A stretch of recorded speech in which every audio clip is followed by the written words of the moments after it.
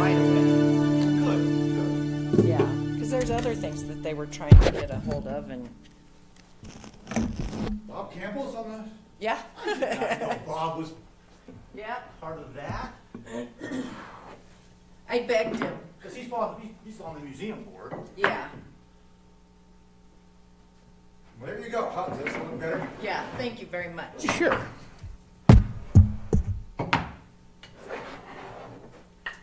And then I'll start the GoToWebinar probably about 10 till, just so we Okay. can Yeah. make sure it's working the way it needs to be.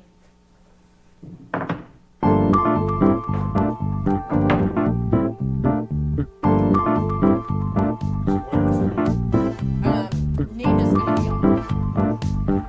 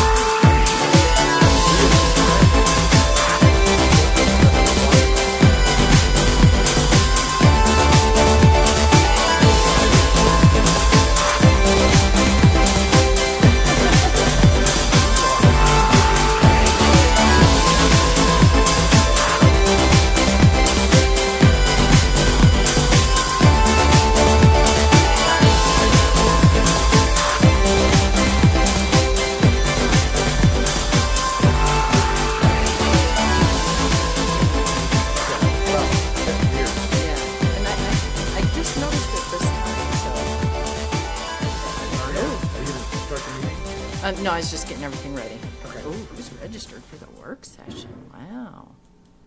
I want to see who's registered. These are probably old. The good thing is there's nothing sketchy on my laptop. That's weird how that would even be on there. Well, yeah, to save the bookmarks up yeah, there. 'cause that's exactly the desktop from my laptop at home. And I've never brought it in here. Oh, these are all old. They're from 2022. Okay. So let me know when you're starting. At least let me know when you get your done. Start the meeting. Make sure Everything up. everything's up. Okay. All right. Thank you.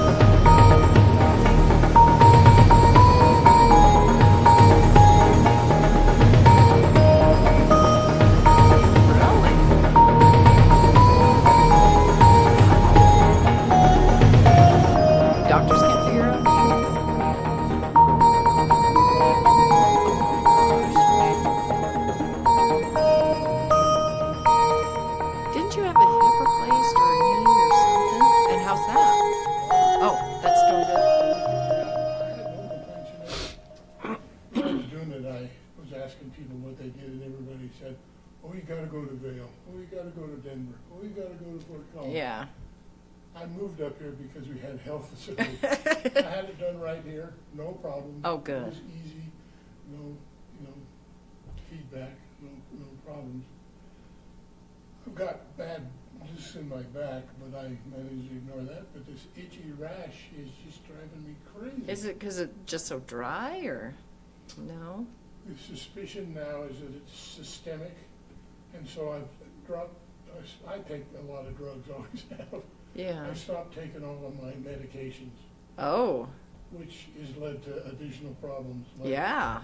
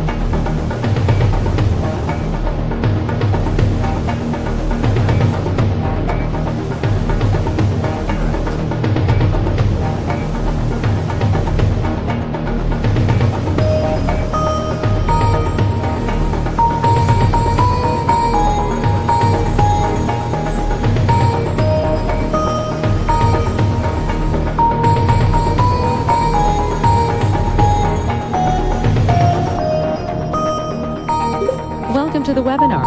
You have entered as an organizer and may now speak with other organizers or panelists on the line. When you are ready for your attendees to hear you, press the Start Broadcast button on the GoToWebinar control panel. I recognize that voice anywhere. Yeah, so show me, oh, just right here, share my webcam. Yes, let's see if it works. It worked earlier. This right here. Yep, share my webcam.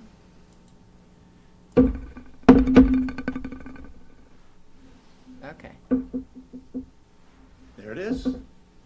Okay, it's coming up on So, the wrong. but- Oh, But when you sign, are you still gonna sign in? yes, under- this is okay. something completely separate. Okay. So that didn't do what I wanted it to do. So it's called webcams. Oh, there it goes. Why is it cycling like that? I don't. Cancel.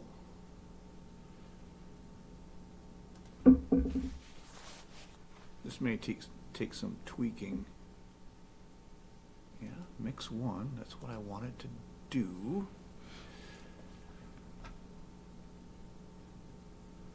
Where'd it go now? Right there.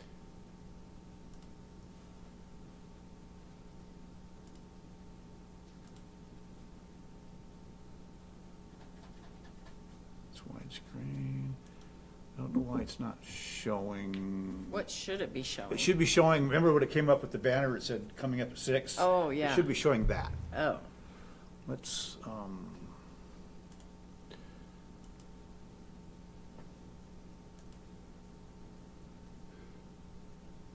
it keeps wanting to cycle through to camera 4. Okay, there's camera 2.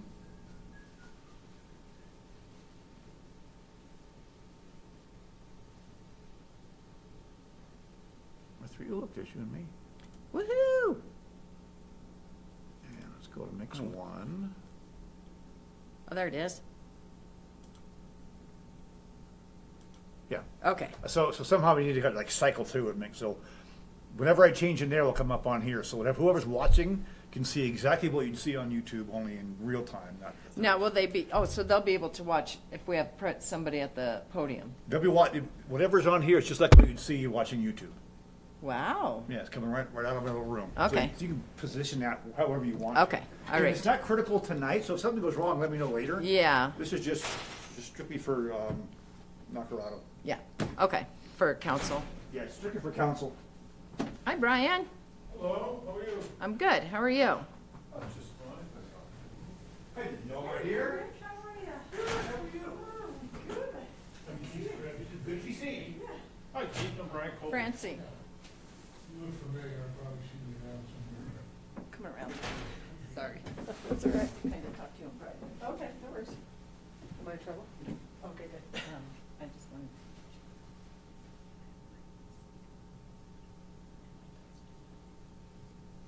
Okay, Nobody. okay.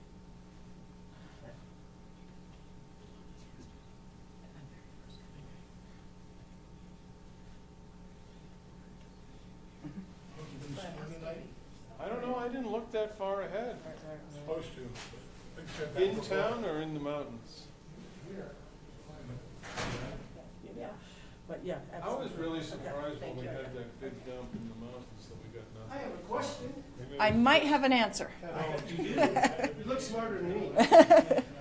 Is the Watch the storms divide. Salina right Master now. Plan available Oh, for viewing practically. online? I tried to This find Salina it. Master Plan, what are you looking No for? idea with the, Well, with the height of the I mountains. don't know, are there more than one master plans? Well, we have just the comp curious. plan, we have the land use code, but we're right in the middle of Snowshoeing? updating the land use code. What's the land use code? That's our code, the Monarch land Park. use code for Within the anything. city limits, Yes, what you yes. can do. What about Playing future around plans town lately, for I've been just Salina's walking growth? town. I mean, That's the comprehensive plan. okay, so. And that so that's should the be, one I guess I let me wanna see if look I at. can find it online really quick for you.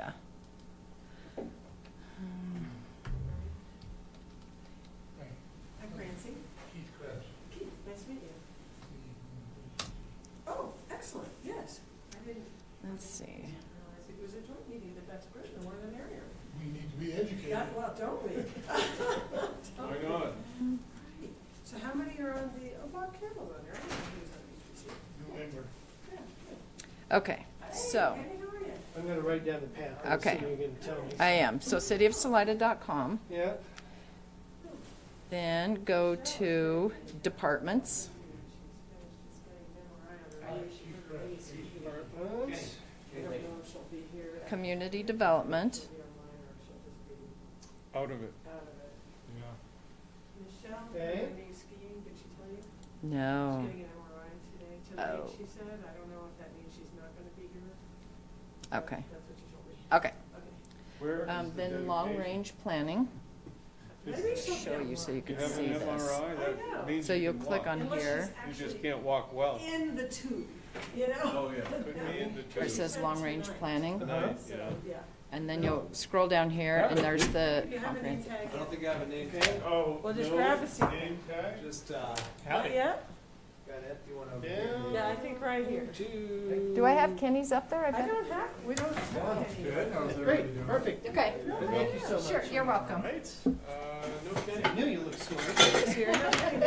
It's one of these things where when you know the path, it's easy. Yeah, Should I go? He has an official. you're welcome. Why We not? got one, oh my gosh. He does, it's official Look at now. that. Ask and you shall Alrighty. receive. Brian, yes, Brian, great. Man, I'm horrible, so. Either diagnose or get rid of it.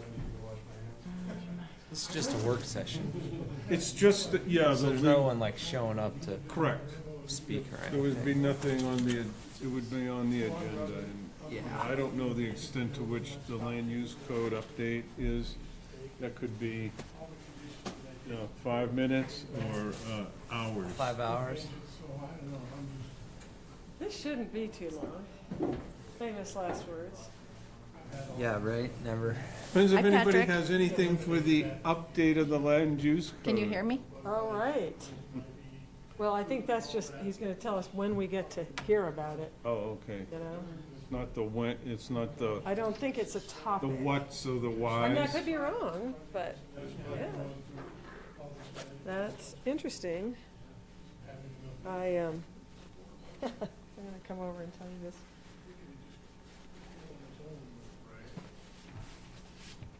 Sorry, the council is hearing the thing about paid parking. What's that again? I'm sorry. The council is entertaining paid parking. Oh, yes, I did hear Did you hear something about about that? that. Yeah, Very, it was Mountain Mail, Right. information. Right. So they're trying to decide, do they want to do it for the lots that we lease or for the street? And I don't personally think we should have paid parking on the streets. It's one of the things that makes it special. But sure, if you want to charge for the lots that we're renting, Three, I don't have yeah. a problem with that. But I can yell at that. Moving up in the world, know. what is I the, know. what is the nature? Oh, I forgot The his. deficit, Yeah. are we running? Does it all the- But anyway, so. How's it going? Good, how are you guys? Good. Think about it. More than 26, and maybe we should have a place for them, and, maybe that should be, so starting that conversation in a Yeah, different sort of way, that's right. So we'll see what they do. Mm-hmm. Hey, Greg, Hey. over here all by myself. I have you up here. Oh, really? Yeah, right next to Keith there. Pick a side. Is this gonna be a full? Everybody gonna be here, is that right? So. It's some other board. I'm still learning. Hey, Bob. Okay. Hey, I didn't know you were on the HPC. Find out. Can't be positive these days, I'm sorry. Right there, is your name Laurie? Oh, I don't think, I've got some Yeah. No, level body You're new on rash the that board, I guess I heard. it's just Somebody stated out probably go, oh, okay. Yeah. causes it. you know, my husband has. I'm gonna Right. start the Psoriasis, broadcast to the point where, oh, there's Jeff. Historical preservation. It just goes I'll all the way, the same Bingo. side, it has to go all the way through the light. Historical Get rid preservation. of it, it's really bad. Or the hysterical. Okay. The broadcast is now starting. All attendees are in listen-only mode. Yeah. Thighs, my stomach. Another one of our dedicated volunteer I don't like to boards. brag, but I mean, this, I've been fighting this Oh, kind of. yeah, oh my God. It actually looks pretty good today. I didn't even bring a computer. We've been through this how many Yeah. times, Greg? It's like, There might be some notes on the I timeline part. know, exactly. Got an idea how to I'll take them on my way phone that if I I have it. Or just the people, not these. rub it around that you took off. Or do they have to all be? It was carpet that we took off. We're gonna have to put carpet back on. Looks pretty rough underneath. Yeah. So, yeah, I was wondering about Well, I that. guess Nina Yeah, can see we now. wanted this. There was no way to make a flat wall out of some of that. There are areas that are flat. You could do a combination, but they went one or the other. See if I can These are okay It to does say have discussion. here in a meeting room There you or other go. offices There's that your have flat walls. opportunity. We can use this. Open I should have brought notes. Anyway, it's pretty. Yeah. That's I'd more just like expensive. to move these guys over here so I could just go like Fairly this, you know, close. with just the, Really? Yeah.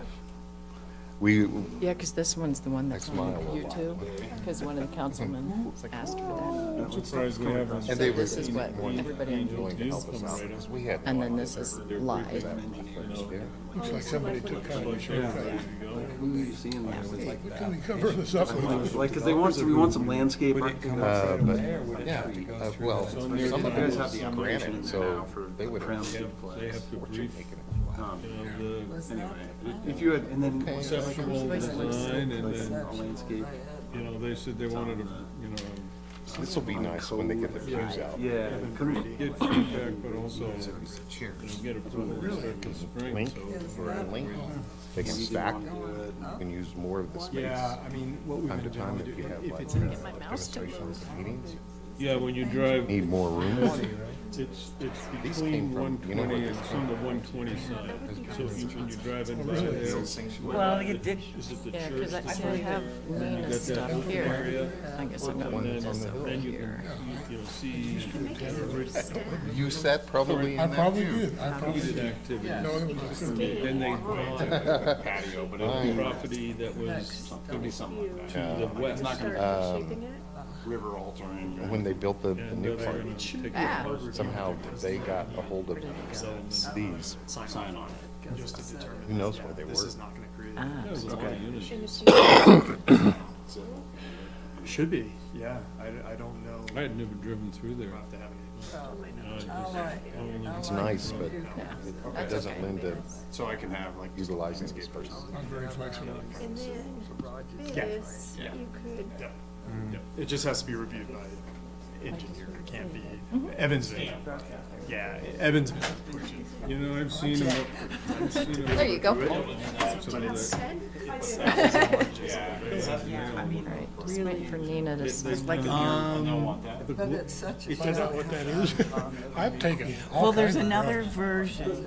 It's really, really, really, Kind of cookie Good. cutter, How are you? you know, and But- construction No. quality is minimal. You do the bare minimum, Okay, we're live now. they look good. I don't see Nina yet. Medicare and They get the WWFD. where they can sell What it. would Frodo do? cream that was intended You know, I for hadn't even thought of isolated that. areas. I moved over since. That was like, Lonely. I paid 150 and it was like $800 for two. All right, apparently we're live. You guys ready to get going? We got a rousing work session scheduled for this evening. Welcome, HPC. Yes. Thank you for being here. All right. Take it away. Oh, there's GIF. There's good. We've got, actually, Chrissy, could you say who's online right now? Just- We've got Patrick Regan with HPC, Ryan Short with HPC, Gift Kreibel with Planning Commission, and City Attorney Nina Williams. Take it away, Nina. Hello, everyone. Hope you're all doing well. I know some of you have, we've spoken about, kind of done this legal refresher before, but I think it's just that, a refresher. It's good to go over the fundamentals. Please ask questions. I know, sorry I'm not there with you, so it might be a little harder, so maybe just wave or maybe Bill can tell me that someone's trying to ask a question. So I want to make sure I address those as we go on to make sense. So most of what both commissions do are quasi-judicial matters. You look at those. So it's always important to talk about that because there's special restrictions about that, governing that, and we'll talk about that. But it does relate to the Constitution, so that's why we always kind of hone in on it. So to explain what quasi-judicial is good to explain what it isn't. So to contrast that with legislative. So when I was giving a few of these exact slides to council a couple of months ago, a lot of what they do is legislative, but also especially the Planning Commission, if you ever talk about, making amendments to Chapter 16 that have, like when you spoke about short-term rentals, or when you're talking about, the entire land use code rewrite, for example. Those have broad applications. That's policy, that's law, that other things are going to apply to. Whereas quasi-judicial is really like a separate, branch. There's making law and then there's applying the law. So a quasi-judicial matter, what usually makes the quasi-judicial is that it's a specific set of facts to the specific property. So usually it's a land use approval, your historic preservation decisions, liquor licensing hearings, because that's just about one licensing entity that the whole code is applying to. So again, it's applying the law that, for example, now you're going through the land use rewrite, it's applying that land use code. You're thinking about it. So, it's very important. You're putting a lot of time and effort into it, right? It's because you're seeing what will apply to a specific property, and that property owner has the right to, know what rules apply onto their land. So why is it important? because no state, which means any local government or government, federal government, shall deprive any person of life, liberty, or property without due process of law. That's in our Constitution. So that's why I'm always talking about it, or staff's always talking about, we're saying, excuse me, this is quasi-judicial, just so you take extra care, because you are affecting someone's property, and because you want to make sure that you're following due process. So we also say everyone with the same interest in the case is listening at this. So you, as let's say you're a planning commission, let's say we're talking about the planning commission, or it could be a historic preservation commission. You're all sitting at once in a public hearing. So you're all hearing the same evidence. You're looking at the packet at the same time. You're hearing the testimony. So somebody who is wondering how you're deciding, they could see everything. They could read the packet. Let's say a resident or a neighbor. They could read the packet. They could hear the testimony. They can see that that is what your decision is based upon, not anything that's outside of the hearing or the packet, what we call the record. So this ensures a fair hearing. That's why I always say, it's important. And anybody I work with, these local communities, you're all volunteers. You want to do the best for the community. So that's why we're just helping you get there, that you wanted to have a fair hearing. So sometimes we just have to explain that this is how you get there. And this is just a legal note. So if anybody is adversely affected, they can go to the district court and ask that your decision be appealed. Now, your decision is not overturned unless it's what they call arbitrary and capricious, because courts will give deference to the local authorities, because you're there, you're sensing everything that's going on, you're applying the law. It's only if you go beyond the bounds of that, which is why we also know that your decisions are important to you. So we want to make sure that they are, upheld and proper. So there's 3 ways you could be impartial. So this is what we'll kind of talk about as we, anytime I'll bring up one of these 3 things. So there's 3 ways. One is what they call as ex parte communication. Again, I do acknowledge this is demystifying Latin terminology. I hate that the law is still using these legal terms that the average person or most normal people don't use. But ex parte is communication outside the presence of the case, outside the hearing. If you're in court, it would be like a decision, like a discussion that you have with the judge without everyone involved, which also would be proper. So it's communications between one of you or the whole council and a party. It could be the applicant, it could be a neighbor, it could be an advocate. So on the low level of concern would be this: if a neighbor comes up to you at Sweeties to express their concern with a certain development application, what I advise is done there is that you say, I'm on the planning commission, I'm a decision maker. We try to be fair, so I want to make sure that you're coming to me because you're talking to the resident. You're coming to me because you want your voice to be heard. I want your voice to be heard as well. Please make sure that you come to the hearing, and if you're not available to come to the hearing, here's the way you email, either the city clerk or the planning department, or whatever the email address is that we tell for people to send in. And then you can say, well, I want everyone to have the benefit of what you're telling me. You write an email, all 7 of us or all 5 of us will hear that versus just you telling me. It's okay though So second- at Amika's, Yeah. right, Nina? Sorry, Okay. Sorry, just trying to keep it up. Only if it's Sweeties.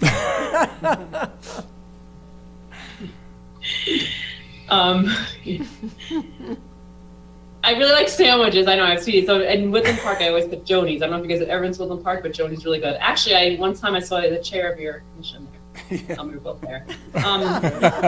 So prejudgment. So the second way you could be impartial is if you're prejudged or you're biased. So this could be, 6 months before a hearing in front of you, you wrote on Facebook, I'll never approve any application with affordable housing. Or I'm anti-developer, and I'm against developers that are not from Salida, let's say. Don't write those things, don't say those things, because it's giving the perception or the reality that you are not coming to that hearing looking at all the evidence, listening to everything, applying against the law, and making a fair decision. It's giving the idea that you already have your mind made up, which isn't fair and isn't following the law, which is the person has a right, again, to apply the law to their specific situation. And the third is a conflict of interest, and we'll speak up if it's a true conflict of interest, that you or your immediate family have a personal or private interest in the matter. So financial benefit. Example, your spouse, immediate family owns a restaurant seeking a liquor license. A lot of times, this is probably what we're asked about the most, which is always good, always err on the side of asking us questions. But what I feel like what I hear the most is someone saying like, oh, well, my next door neighbor's cousin or just my next door neighbor is applying for something, and it's really like it is a small community. You do know everyone, so just knowing somebody is not a conflict of interest. Are you financially benefited from if a decision is made one way or the other? So what do you do if you have these three one of these impartiality, if you show impartiality? So how do you cure? You either accuse or you disclose on the record. So if it's egregious enough that, I don't say egregious, if it's large, if it's important enough that either you could not make a fair decision, again, because you're either going to financially benefit or you're too close to the situation, or you already said, no, I'm not voting for anything that has less than this amount of density, you really cannot decide the case fairly. So what you're going to do is you're going to recuse. You're going to not be part of the hearing at all. It's even best to just not be part of it. Don't come that night, or maybe just wait until the next hearing. Or you could disclose on the record. So a lot of times that happens when it's something minor, like a neighbor did come up to you, or there's some tenuous link or that you want to feel like you want to clear up, and you say, well, yes, I did speak to this person, but I feel like I can be fair. So again, the next question, ask yourself, you're going to say, this is for you to decide. So you could always ask us, we're a resource, but only you know whether you personally can decide the case fairly, impartially, and based solely on the evidence in front of you. If an actual legal conflict exists, we could speak more firmly, but the other things, only you would know. Ask us, we'll work it through, and we'll ask these questions. A lot of times, a commissioner or a council member asks me, well, I would like you to ask these questions. So we can, if that's something that you want to do, ask these questions. And the last question is your ability to decide the case fairly, impartially, based solely on the evidence presented at the hearing affected. And you will say, no, I know that I could present this fairly. And it's not a bad thing if you choose to recuse yourself. It's actually I know myself, that I want to make sure that I don't tarnish the decision that are being made. I do want to recuse yourself. Does that make sense? These are just suggestions. This is in your packet, so you could save it. That's what I've included more information than I might verbally give, is because it will be a resource for you. I try to give resources, give her on the fishing pole, that kind of thing. Hey, Nina, just a quick question. If somebody does have a question like that and they want to talk to you about it, would you prefer that they go directly to you in email, or should they go through staff to you? What would you prefer? Either. I could see sometimes people don't feel, if they want to make sure they have that, I'm just asking the attorney, or they ask staff. Usually our cities or towns have a process that's set up, but I wouldn't want people to feel like they can't come to me directly. So if the person, all of you listening, if you feel more comfortable going to, because Bill and Christy from the community, go to them first, they'll pass it along to me, or my email at the beginning of this, you could always reach out to me. And I take these, these are priorities. Whenever I get these questions, I make sure to either respond or ask for the phone number or call you that a few of you listening, we've done that. We said, okay, when are you free to talk? Let's talk this through on the phone. So if staff's okay with that, I would say either. Okay. So these are just suggestions. Follow the process in the code. Staff does a good job of in their staff report, they always at the end have the criteria or the factors. Doesn't mean you need to necessarily agree with their interpretation of it, but make sure that you're looking at what they're saying, like they're laying out the code. So in other words, if you're deciding a rezone, they're gonna list the 5, whatever the criteria are for a rezone. That is what you want to talk about. I always say, think out loud when you're deliberating. I would like, you don't need to go crazy, but at least someone looking there go, okay, that's why they're deciding that way. And you're very good at that. So, and the public hearing is the record. Again, that's what the judge reviews. They're going to look at the video. They're going to listen to the audio. They're going to look at the packet. They're going to read everything, and they're going to say, was that, fair, that kind of thing. So you're the judge, and it's kind of a big, it's a big measure. You're in the community, but again, you kind of know the community best as well. So it's applying. You might know the background of the code. Well, that's why we added that criteria, and that's how that this is going to apply. As long as you're objective and you're applying the code factors, a judge would have no reason, or even just your neighbors would have no reason to fairly criticize that decision. So I'm never going to, it would be improper for me to ever say one way or the other, or even staff how you should decide a matter. If there's objective basis and you're looking at the code and you're articulating that, then that is a good decision. It's not about what the result is. For me, as a lawyer. This is an article that I wrote a very long time ago. So it's a different way to explain it. So it's kind of like just a resource. So I'm going to move on from the topic. So I want to try any questions about quasi-judicial, especially the newer members.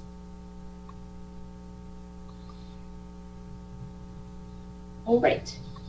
So open meeting law, both commissions are governed by the open meeting law. So it's not just the council, it's a board or commission that directly recommends to the council must be open. So that's both of you. And some of your decisions are final as well. But so your meetings just need to be fully open to the public. You have a good city staff, they're gonna post that if you're actually having a meeting that's that's on an agenda. But why we bring up the open meetings law is using email or group texting, or even if 3 of you or more are, see each other in the community and you talk about public business or a public hearing, that violates the open meetings law. And the reason is not to be restrictive to you. It's that, think about it, the public has the right to know when you're making decisions that affects the city. So if you think about it that way, just err on the side of openness. And that's what we always, sometimes our clients call us about notice and like, oh, do we need to post this? And we're always like, why not post it? You can't over notice things. Like, why not be more open? The person has a right. So there was legislation in 2021 to tweak the open meetings law for emails. It's only merits. So if you write merits or the substance of the case, so if you write an email saying, I won't be there because it's very snowy and I don't like the snow or whatever, I don't know, whatever you say, and then a person writes back, that doesn't violate open meetings law. But it's always better just to be cautious and, again, err on the side of caution. Don't talk, and if you, a lot of times, sometimes it's, some of you will send an interesting article and then there's a discussion that happens and kind of like, why, I get the sense that people are like, well, I'm being restricted, but it's more, again, the public has a right to hear that. Because maybe there's someone interested who wants to sit and listen to how you guys talk about that issue. Bring it up for discussion in the meeting. The bottom center box, probably not a good idea, text message. There's like chat boxes. Don't do that, because same thing. People want everyone who's present at the hearing, whether it be in person or video, or even watching a recording of the video on YouTube. They have a right to hear your discussions, and so it's best to just focus on the meeting and be present there. And these are questions, but we're hoping everyone has answers to them. That's why we're here, is to don't text the applicant, lobbyist, and interest group in the back. They're waving at you, they're texting you.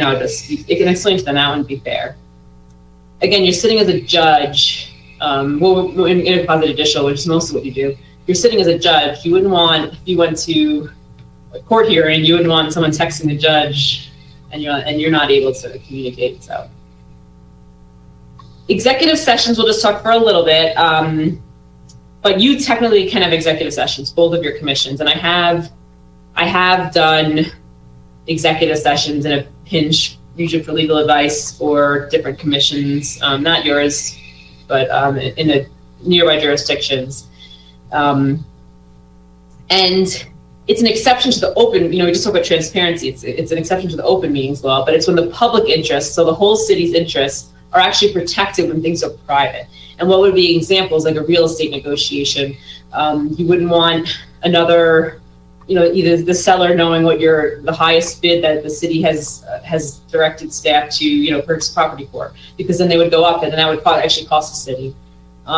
In the parameters of your commissions, it might be legal advice that we don't want it. I don't want it something that I'm going to say taken against the city. So I would rather it be a legal advice to private. So that benefits the public as a whole, that it's private in certain circumstances. This is a good public hearing outline. You all follow it. You have a good chair people who make sure everyone's heard. And this is just recommended. It's there for. You usually follow this. It's there for recommendation. So the next slide is conducting public hearings. And I really think that you work really hard about this. The goal is that you leave the members, you leave the public, the applicant, everyone who's present, feeling that it was fair and their views were heard.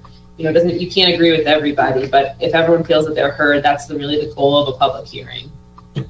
So these are some suggestions. A lot of times, if there are a lot of people signed up, you might want to say at the beginning, okay, we're going to have 3 minutes. Everyone's got 3 minutes so that everyone has a chance to communicate.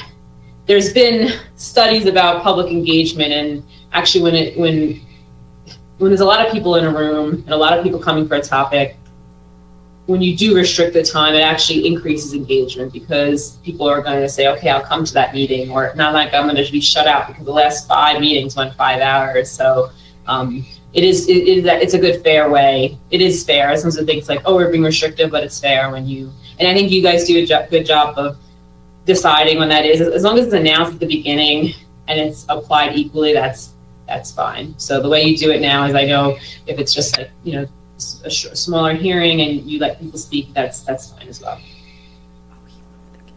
And so taking action is really important. This is probably where this is a good resource. I have a lot in here, so even if you have questions after, you could also reach out to me, after if you're thinking about it later. So the first thing is you must take some kind of action. So I've been asked about this, especially on the quasi-judicial. You must take action because that applicant has the right for you to consider their case. For just to go home and say, sorry, you can't do that. And I've been asked more times than you would think. So, if it's ready if a decision is ready to be made, you have to make it. That doesn't mean yes or no. It just means that the person has the right for especially in planning commission, the person has the right for you to make that action so that it can then go in front of council. And again, whether it be accepted or denied, that's not the issue. It's that they have the right for it to be decided. So amendments, we're always there to help. That's actually probably the thing we help with the most procedurally is, when you ask questions, well, can we make this amendment, or keeping track of the amendment. We'll talk about conditions later, but that's a good way to add in conditions. Like sometimes you all add a condition in addition to the recommended conditions. So the findings are really important, and that's kind of what I was saying. Think out loud, talk during your deliberation, just a little. You don't have to go crazy, but again, somebody off the street who has never been to a planning commission meeting, they should kind of understand, like, oh yeah, they decided this way because they spoke about these 3 things, And there's case law about it. I quoted the little quote here. And again, you're basing that on code criteria, not whether you feel that this should be a fit because you think that purple fences are prettier than brown fences. If that's not in the code, you should zip that idea and keep it to yourself. But you should draw your conclusions on the evidence and talk about it, that why I'm applying the code says this. I find that these 3 things are have really been established. That's why that's why I'm making my, I'm gonna make a motion to approve, deny, or approve with conditions. I've been asked this before as well. You're voting on what's in front of you in a quasi-judicial matter. It's not for you to amend someone's application. Think of it if you wanted to make a minor change in your home and you went in front of a board and they're like, well, you should actually do this. And you're like already met with your architect, you already met with your builder. It doesn't mean that you have to say yes to someone, but you're not changing. It's inappropriate to change someone's application. So if someone's asking for a rezoning to C1, you're not saying, well, it would be better for residential. If you think that, you're saying no. Like you could vote no on it, but you're not changing someone's application. Well, you can, but I don't recommend it. And I already repeated myself about that, but it's really important to take some kind of action. So failed motion, which would mean, let's say you make a motion and 3 vote for it and 4 vote against, that motion has failed. That means nothing's going to city council.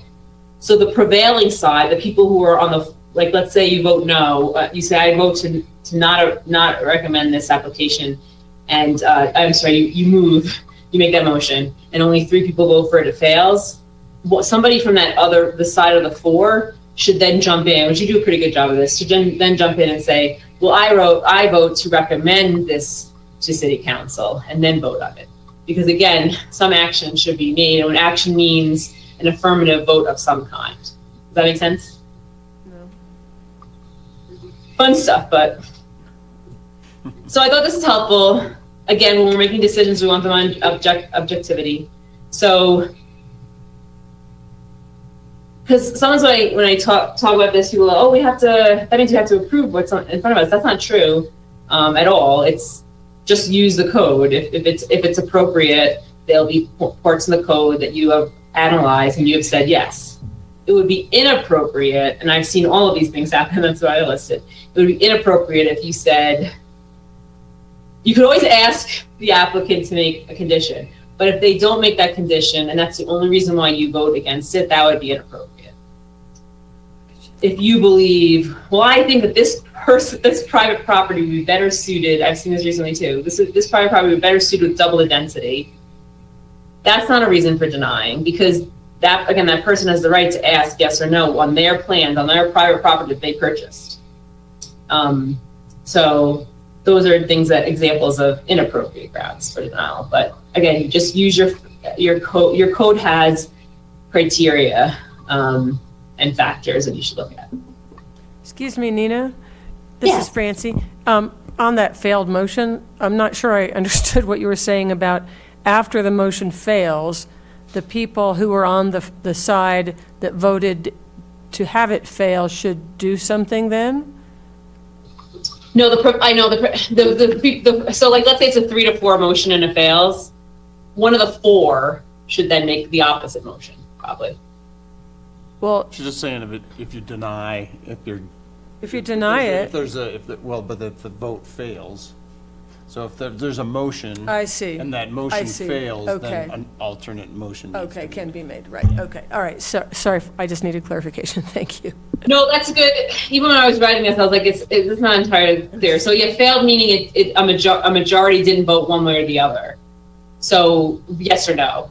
So if a minority of people vote, I've seen it. You guys it's happened before, like where someone makes a motion, only 3 people vote, and then so the 4 no's, let's say, this is just an example.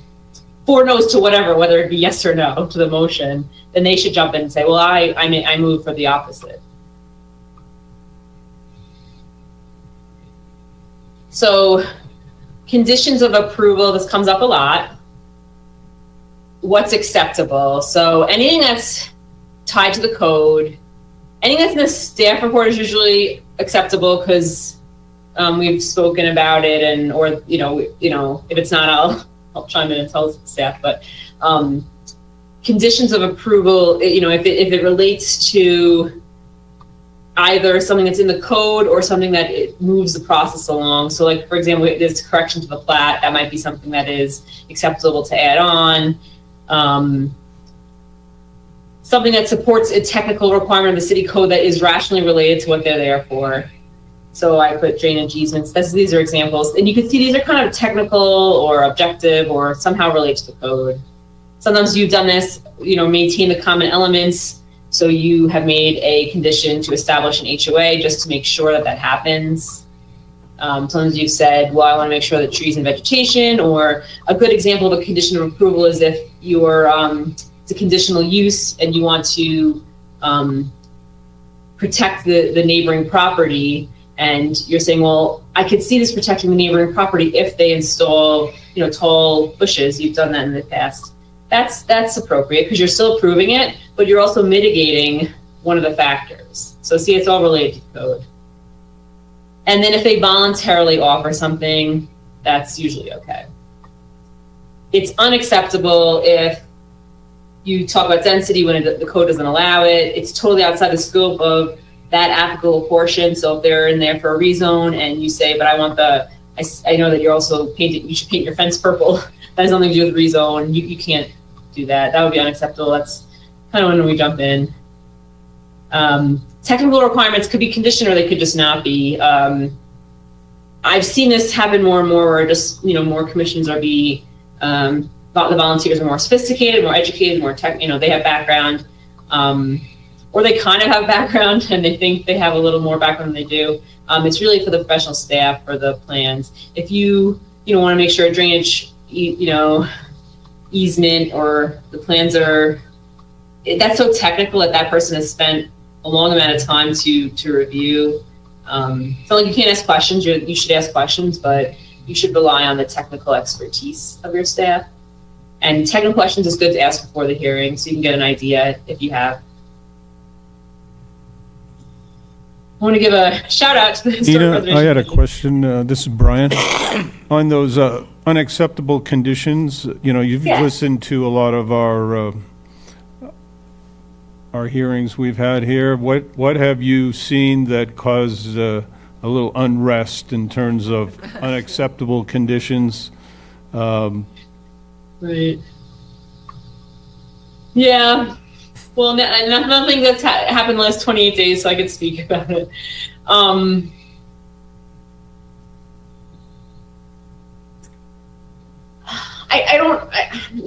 not trying to, I'm trying to think of something more general, like, I've seen density, like, oh, what about if you add some more units, and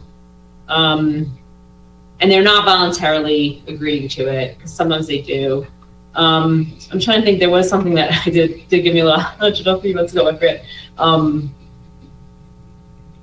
Just, it all comes from a good place when I've seen it, but it's something that's not related to what the person's requesting, and it's related to these large issues that are important to your community, which shouldn't, it's hard to overlook them, right? You're dealing with housing crisis and all different kinds of things, but if that's not related to what the action that they're putting that they're requesting, it's not too appropriate. I don't have a specific answer, but I do know I've kind of thought a little bit. I try to jump in if we can or ask staff to, but it's also that balance because you are able to make your decisions. We don't want to tell you what to do, but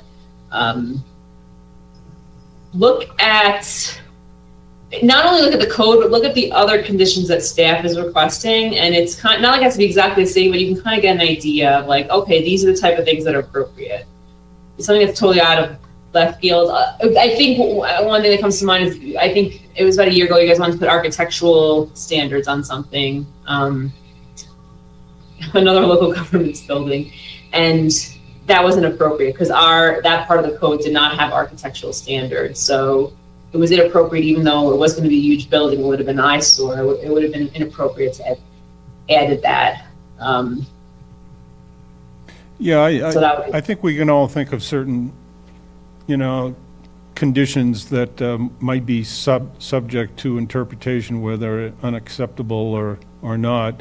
I mean, I could pick something like, well, I would like to see more open space, for example, or I would like to see more of X, Y, and Z. And what would be your recommendation on how we handle that when one of our our members seems to be heading down that unacceptable condition rabbit hole. Mr. Chairman.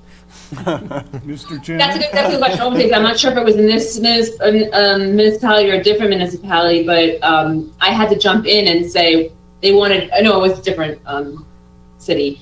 They had wanted to actually do exactly that, have more open space, and I had to say that was not in the code. I did jump in there, and if that's important, and that is an important open space is important, right? The time to impose that requirement is in the land use code rewrite, or ask for, even if you're not doing land use code rewrite, ask for, let's say you weren't, ask for that code to be changed so it applies to the whole city, not just this one person who's in front of you that suddenly you think of the open space. That should apply to everyone evenly. And again, that's very important. That should be in the code to begin with. So that I did, and I said, because I did jump in and I said, well, that's not, someone started like kind of looked and I said, well, yeah, that's not appropriate to impose here, but after the hearing's over, why don't we talk to planning staff about amending the code so that future properties have that either trail connectivity or open space requirements. Nina, I'm sorry, Nina, this is Francie, but, like on a plan development, for example, where it is a negotiated process, I think that, don't we have, I have in many cases, or not many, I have in several cases asked an applicant, are you willing to do X, Y, Z? And if they are, then it can be added as a recommended condition. But on a plan development, if what we're seeing isn't, if that's our opportunity to negotiate. So I think that's maybe a little different scenario. Is it?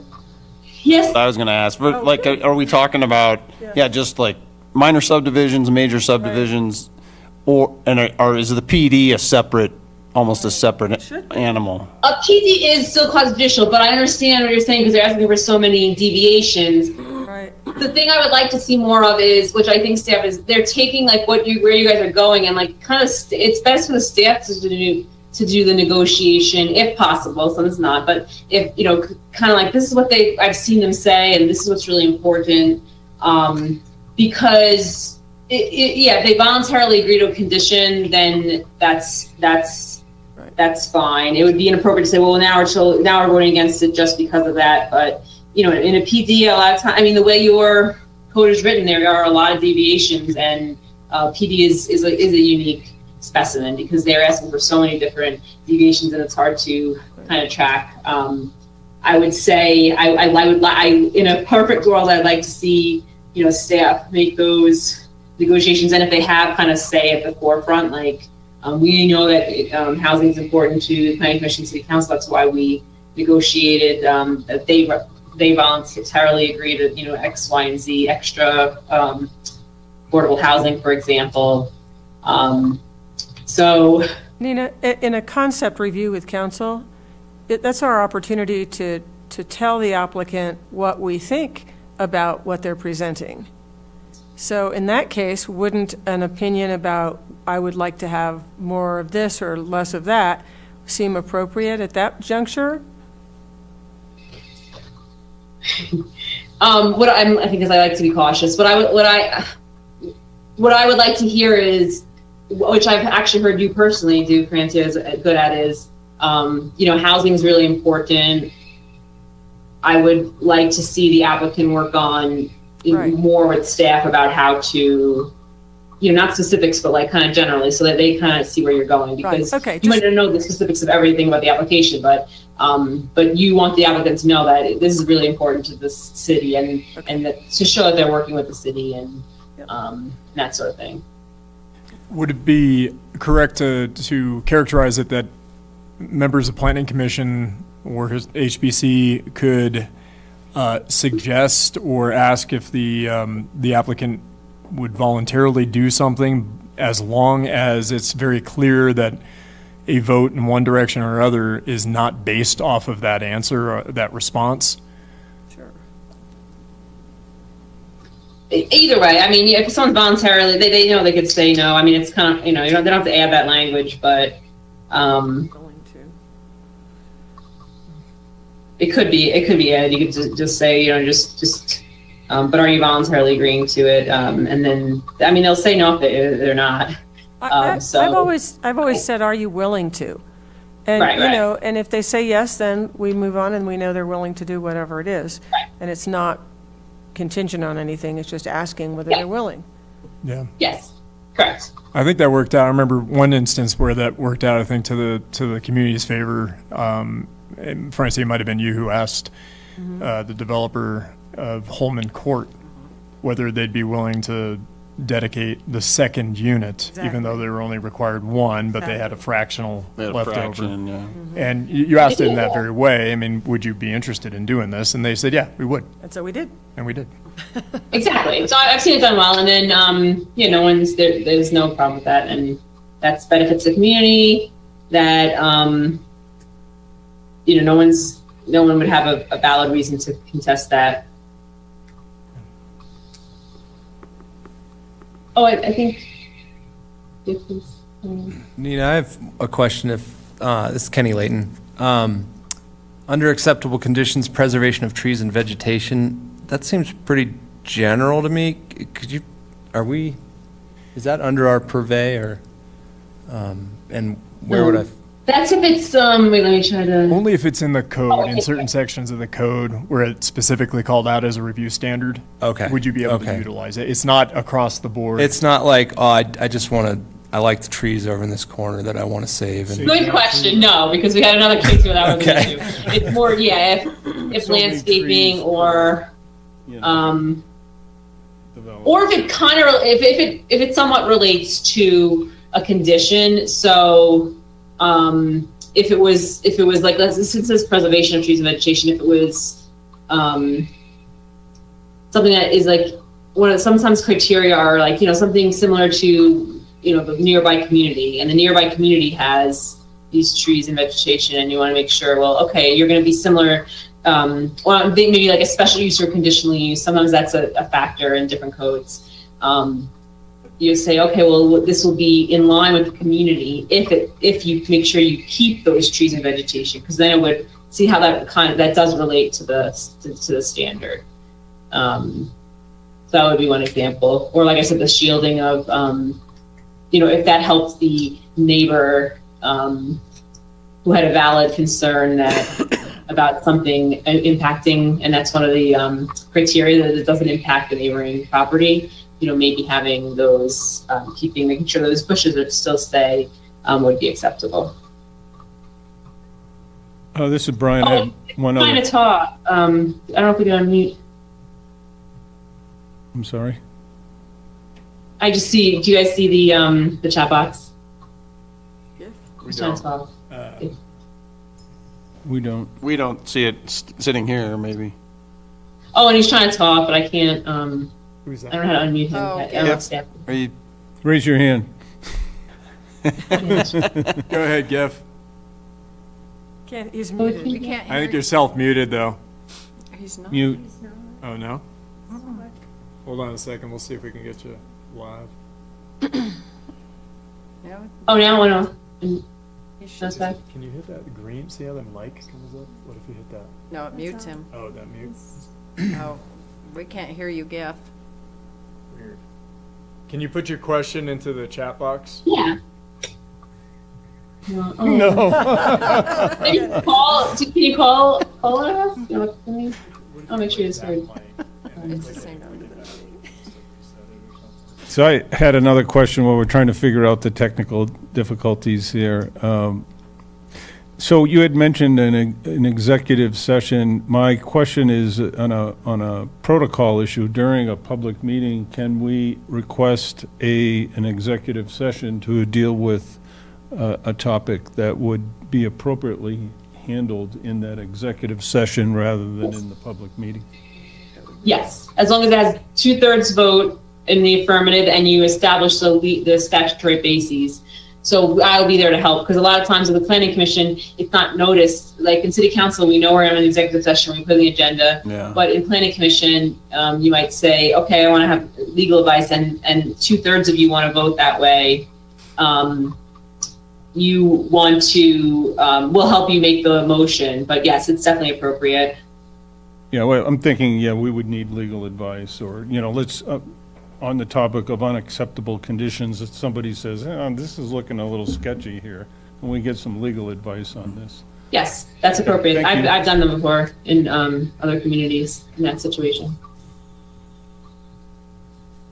Real quick, going back to Kenny's question about the trees and all, just as an example, within our subdivision review standards, there's a natural features section that refers to the fact natural features and native vegetation shall be preserved whenever possible. Obviously, there are going to be situations when somebody is trying to subdivide where trees may end up being, say, in the middle of the lot, right? So that makes it the lot infeasible to develop. It also says, though, the tree masses and individual trees of 6-inch caliper or greater shall be preserved. Now, I think there's a little bit of an interpretation there. It's not going to be in all cases that they have to be preserved. It's make sure that the subdivision proposal is feasible in that case, and in cases where a lot is still perfectly developable and there is that tree mass or larger trees above that, that can be a condition that you can require for specific lots in specific areas. I think we did that with Karen Carnuta years ago with the development. She was doing the triplex, I think. Right. And there were large trees in front. I can't remember if It was a multiple principal structure. Right. Can't remember if it's H Street or E. E or, yeah. But, yeah, and she did a good job with that. Yep. Yep.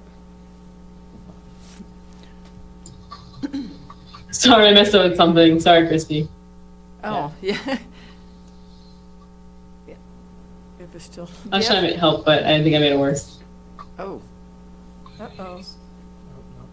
I don't know how to, sorry. I tried to make, give, I was going to see if GIF can try.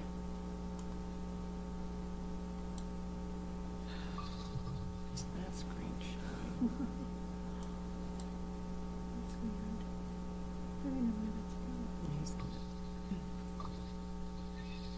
In the meantime, I had the last slide. It was for the historic preservation. So I think that's important. I know it's something that people are not here, but these are the things that you should look at, and you have lots of criteria to work with.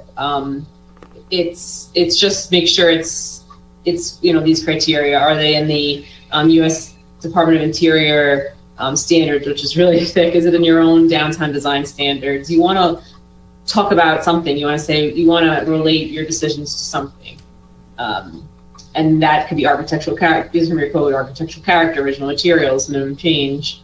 All these things are appropriate. So there's just a lot of items that you could talk about, but just make sure it's something that is within that. So that's just another example.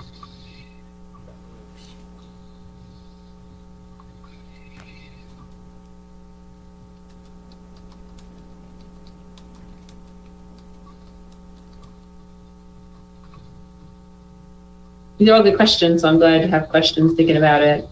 Oh. I'm going to see if we can figure out a way to communicate with GIF. Yeah, we're. Yeah, I don't know if he comes off and comes back on. Nina, this is Keith with HPC. Yes. I think it was you that gave one of these presentations Yes. a few years back, and it Yes. came out of a specific application, and I need clarification or verification or whether I misremembered, that the HPC cannot reject an applicant based on insufficient application materials. Is that correct? Well, it shouldn't get to the hearing if they have insufficient materials. I don't know if staff could verify. In the situation that I was a few years ago, maybe before COVID, so there was a decision that wasn't probably based on the most objectivity, just about the, strong personality of the applicant. More I was like trying to speak to counsel in their decision. Insufficient application, I think, would, depending on what it is, it probably would be appropriate, and it probably should not come to to hearing. I would say if you know, it depends. Like if it's just a technicality and you actually can make your decision, but if you can't make your decision because they haven't given you all that's necessary, I think it would be appropriate. In that situation, I probably would continue it so they can come back with the information. That's how I would do it. As I recall, and once again, I might not be perfectly accurate, but the work had been done, and then he came and made his application. Oh, that was, okay, yes, thank you for, yes. You need a name? So what I would say is, Need a okay, so in specific that situation, address? Sorry? We all know. Yeah. So that person, so you had to have made the decision as if they made the application. So it's not enough, and yes, thank you, this is what it's hard to say because I'm like usually rule follower, like, I want to do this and this, but you have to decide your decision objectively, not based on the fact that they didn't ask for permission. So what you would do is you would make the decision based on had they put an application. And if they did put an application, would you have approved it? Do they follow the criteria? And I remember actually, yes, I had a argument with a person who said she was a municipal attorney about it, because it's not enough. And I get it. I would be very upset if I were you all. But it's not enough to make a decision solely on the fact that the person didn't ask for approval first. You have to put that aside and look at, well, would they have been approved with this plan from the beginning? And because that's more objective versus you guys were, understandably upset. But it's as long as you make your decision based on. And it can go the flip side too. You shouldn't just say, well, we kind of got to give him the approval because he built it. That wouldn't be appropriate either. Just look at it as if they had applied, and would you have determined that they followed the criteria from the beginning? Thank you. Yeah, we've had variances that Right. kind of fall under that category, I would say. Mm-hmm. And right, like I said, it goes both ways.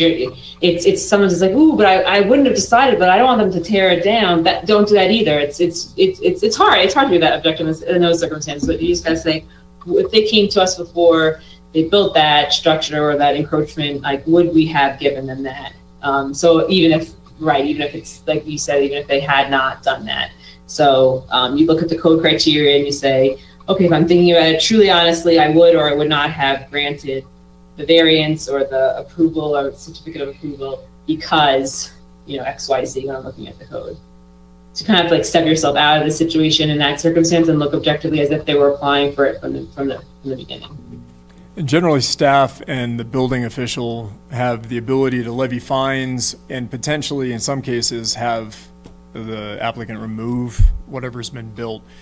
Generally speaking, though, unless it's a immediate public health and safety issue, we're going to try to bring it through the process, right? And get it in front of one of these boards as soon as possible if that's necessary, as opposed to having them pull it down. But again, if it's a that one was a hard one. It was because I not only had to speak with the Historic Preservation Commission, I had to speak with council because the appeal came in front of them, and then I needed to explain to them that they needed to look at things objectively, and it got very emotional, which makes sense. I mean, it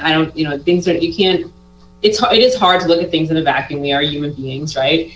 But that's why we talk about these things. It's easier to talk about these things when it's not applying against the emotions. But if next time that comes up, it's like, oh, remember we spoke about this? And you're like, okay, I can understand. Like, look at it, kind of take the personalities out of it, which again, is not, I'm not saying that's easy, but that's what we're doing. You look at it objectively, would I have decided this at the beginning, even though they did start work without approval, which is not good. It's not like I'm dismissing it, but like Bill said, there's other ways there are code violations you can give, but when it's in front of you, it's looking at it objectively. Like, would I have approved this if it was not yet built?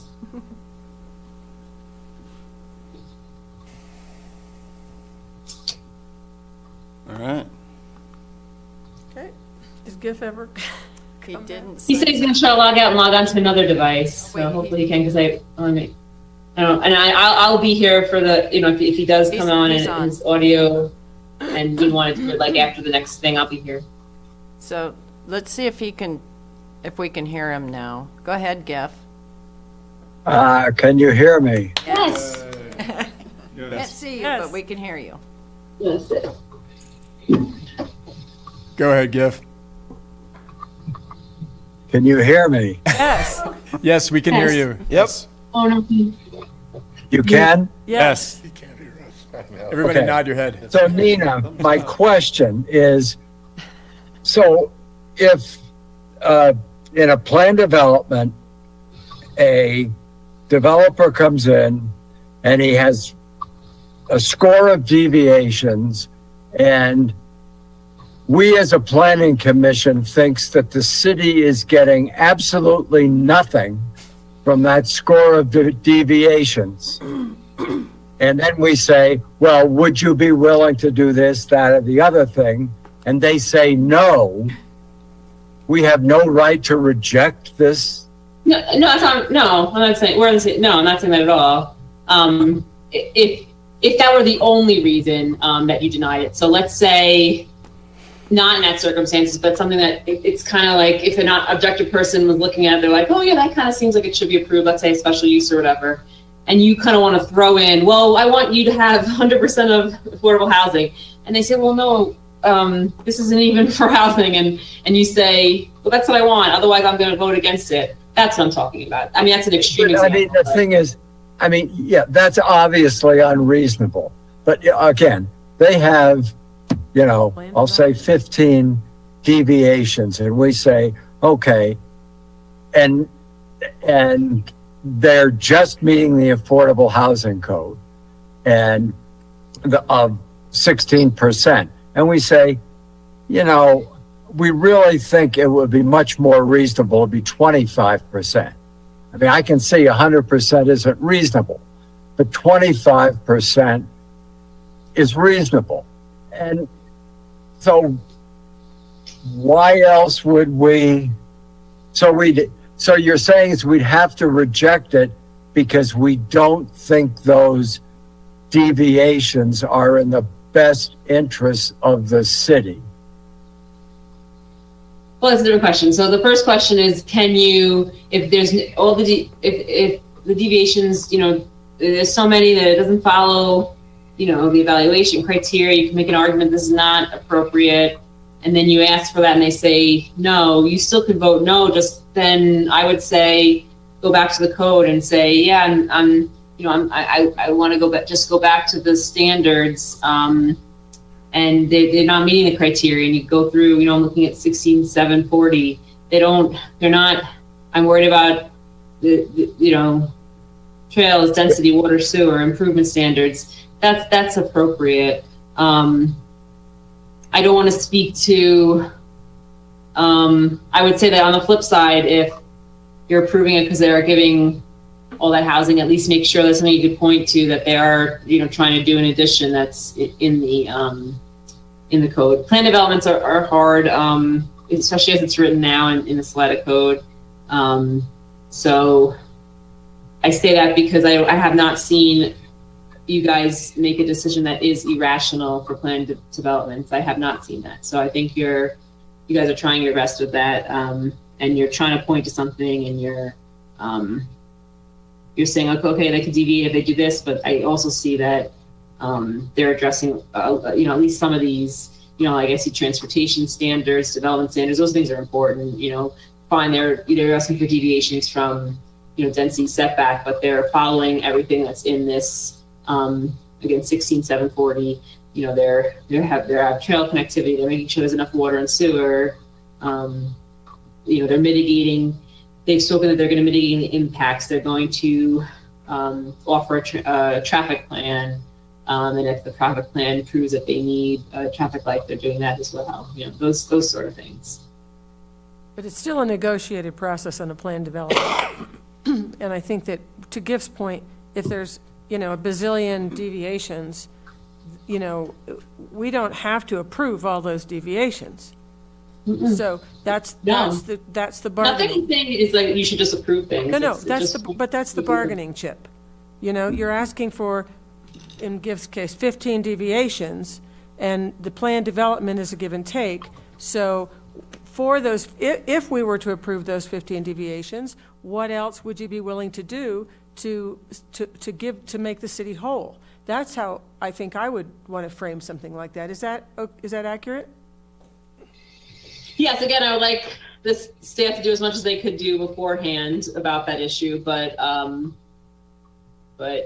the way your code is it's open for plan developments. I would say as long as there's general safety is being achieved and some of these other things that they're at least maybe it's not to your optimal liking, but they are still addressing against sufficient water, traffic, the other things that are listed here, transportation design, because they could be asking for lots of deviations to high density, but you want to make sure at least that, and the planning staff will help you with this, like the transportation design is sufficient, that this is not going to cause a street traffic issue to the extent possible. Those sort of things, I would say, as long as those are in place to the extent that they can, then it's worthwhile. That's why the PD process exists, is to have that flexibility.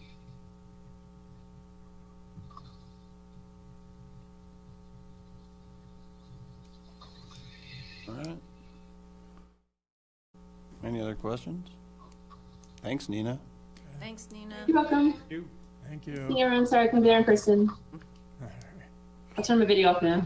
I'll be here. Okay. All right. So next thing we were going to talk about is the land use code update process.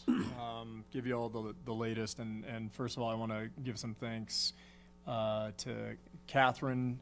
She's been really the ringer on this one recently and gotten the whip out a little bit on us to try to keep us on task with it. We've obviously had a lot going on, and it's been pretty difficult to really dedicate the type of time that you need to go over a code of this magnitude, and any document of this magnitude for that matter, especially when it just comes to making sure that there's consistency from the beginning of the code all the way through the end, and referencing back and forth and everything else. So she's done a great job making sure that we're putting aside, at least a few hours a week, if not more, taking us away from the rest of the things that we're doing to talk about it. And so we've been making some good progress in the third installment of the land use code, which is the last installment. I also want to give some thanks to John for manning the office while we're gone, because it's generally just the three of us up here that are focusing on that. And we're making some progress, as I mentioned. The plan at this point is for us to get the rest of our comments on the development standards to Clarion, who's our consultant on the project, by the end of this month. And then they will take the rest of those comments and suggested edits, put it into a final draft version of installment 3. And then our plan is to get out in front of the Land Use Advisory Committee, of which Greg, you're on that one with GIF, I believe. We got a couple counselors on that, and then a few other members of the community, well, several other members of the community all on that committee. We want to get out in front at the end of February. I'm going to be emailing out a request for one of a couple days at the end of February to see what works best for folks. Get out in front of them. They'll have an opportunity to review that installment to provide feedback. We're looking at the best way of extending that feedback time frame beyond just the meeting itself. We'd like to try to get it out in front of those folks at least a few days before we actually meet, so people can review it, have some constructive feedback, and then a few days after that at least to be able to respond. Then Clarion will again take those comments and make some tweaks to the installment. And then our plan is to, can we pull up that do we have the, what she put together? I emailed it. Oh, you emailed it to me. Oh, I thought you had given it to her. Sorry. I can, Nope, that's okay. I can pull it up right here. I just want to make sure I'm saying this accurately. Is it somewhere in the folders I could find it? There it is. Yeah, she sent it at 5:10. Save it in planning commission folder So, packet. yeah, Clarion will incorporate those comments, and then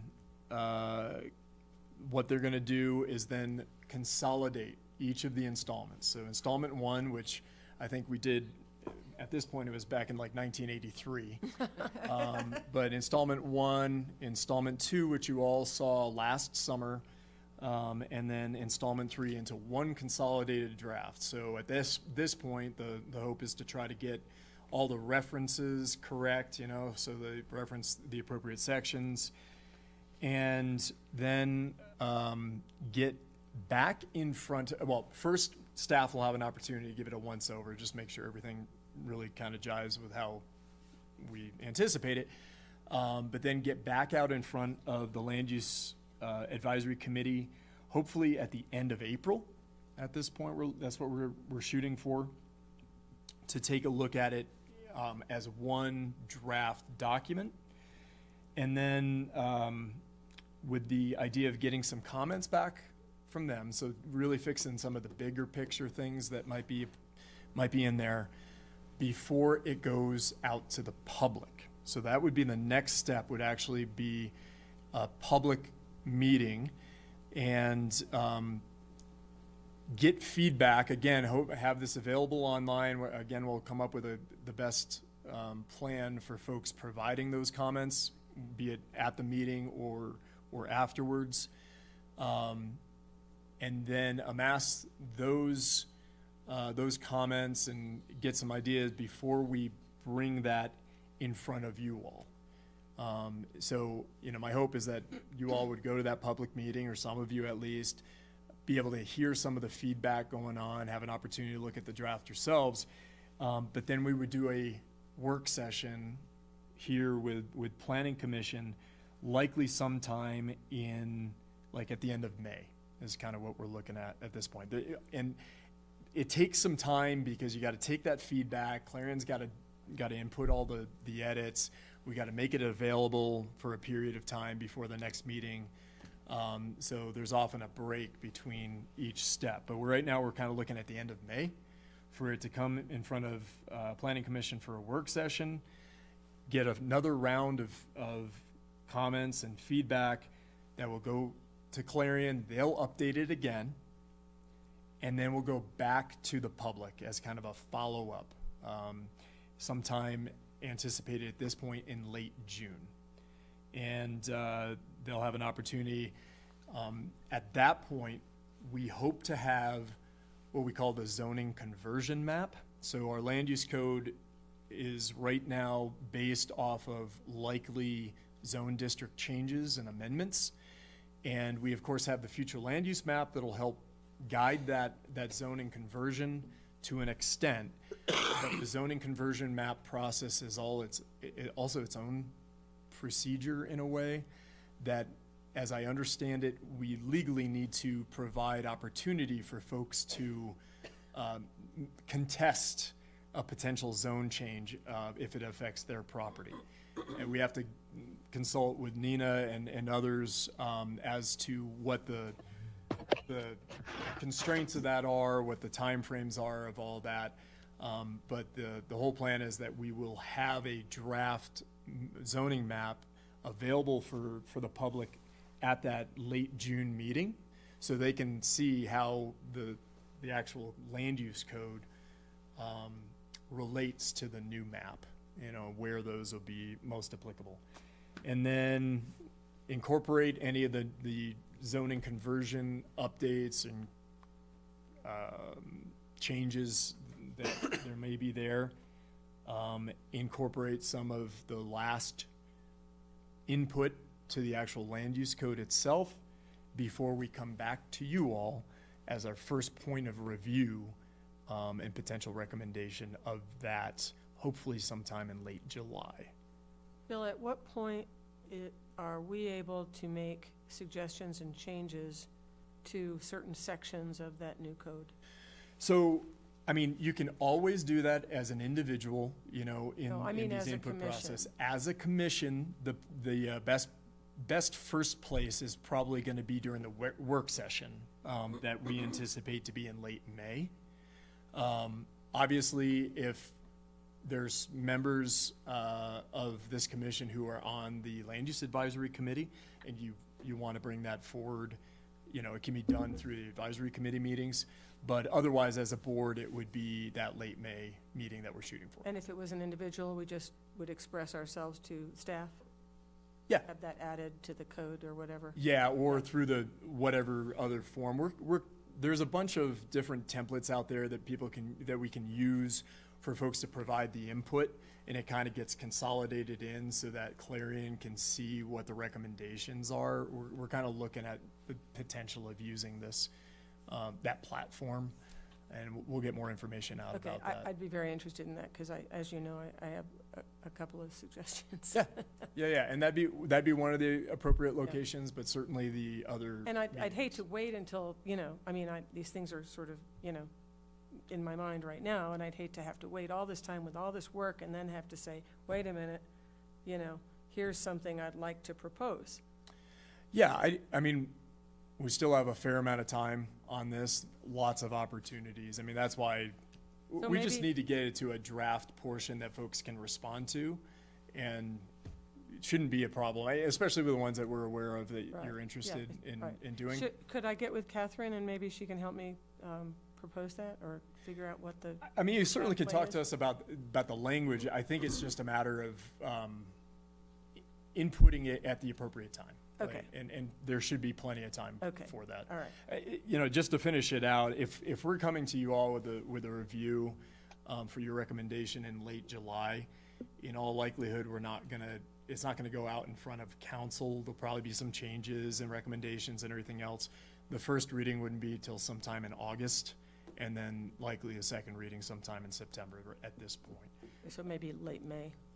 Yeah, I mean, The you're in advisor, I April, can- sounds like end of April, you're gonna have kind of like the full draft. Maybe I'll chat with you about it Yeah. too. and get- Yep. Yeah, okay. All right, thank you. Yeah, I mean, we'd love to be able to do it even quicker than this, but obviously we've got Sure, other no, I'm other not- work on our plate. Sure. Clarion's got Sure. their I was just trying to, in timelines. the process of expediting ideas so that because it's so much easier to make a change up front than it is after things are already down the road. So Yeah. I'll see about talking with you, maybe, Greg. Sure.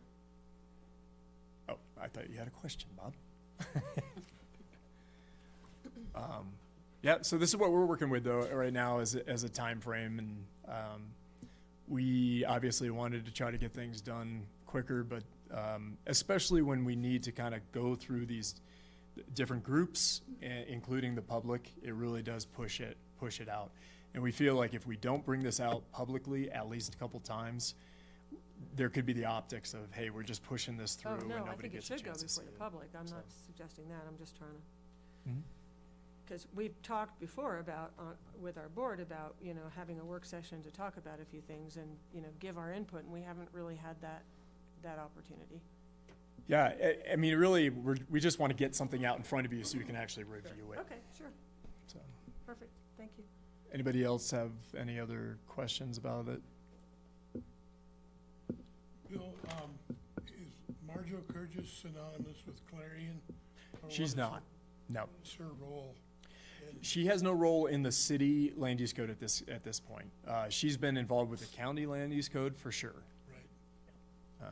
And the city is, weighed in at various points in their land use code process, which I understand they're getting closer. I believe, they ended up terminating their agreement with the previous consultant because it wasn't going the direction that they wanted it to go and at the speed they wanted it to go. And so they have enlisted some other individuals. I think Marjo may have been sub-consultant to that original group, so I don't know if she's still involved or not. Neither do I. Yeah, I don't know. So, but hopefully they'll have something here in the next couple of months. As you all probably know, they've had a moratorium on most land use applications for over a year and a half now to focus on this. Just kind of goes to show how much goes into these processes, and we've been doing So it complicated. without that, and really the only jurisdiction in the county that has been accepting land use applications and building permits and everything else. So it's quite an undertaking. Cool. All right. All right. All right. Anyways, there's progress. That's what we really want to talk about. What's in the pipeline for next month? Ooh. We will have a Board of Adjustment meeting, and then Planning Commission. We have one public hearing so far for Planning Commissions, and one for Board of Adjustment. And that's the end We're of February? expecting another one for Board of Adjustment, but I don't know if that's gonna go in February or March. Any work session in February? At this point, I don't think we have anything scheduled. Yeah. We, just two real quick things to also note. Keep your eyes out for an announcement on a public meeting around the First and D apartments, hopefully around the end of February, beginning of March. And then just latest on South Arc neighborhood, the applications for that, for the infrastructure are due actually February 2nd, so we're working on that right now. And looking good. I mean. We got the grants? We haven't gotten any grants yet, Okay. but the feedback we're getting has been very positive, so I'm keeping it optimistic that we're gonna get the amount of money that we need to be able to pull the trigger on design and actual development out there this summer. Wow, So, that's big. yeah, keep your fingers crossed. All right. Oh, nice. Yeah, and all likely.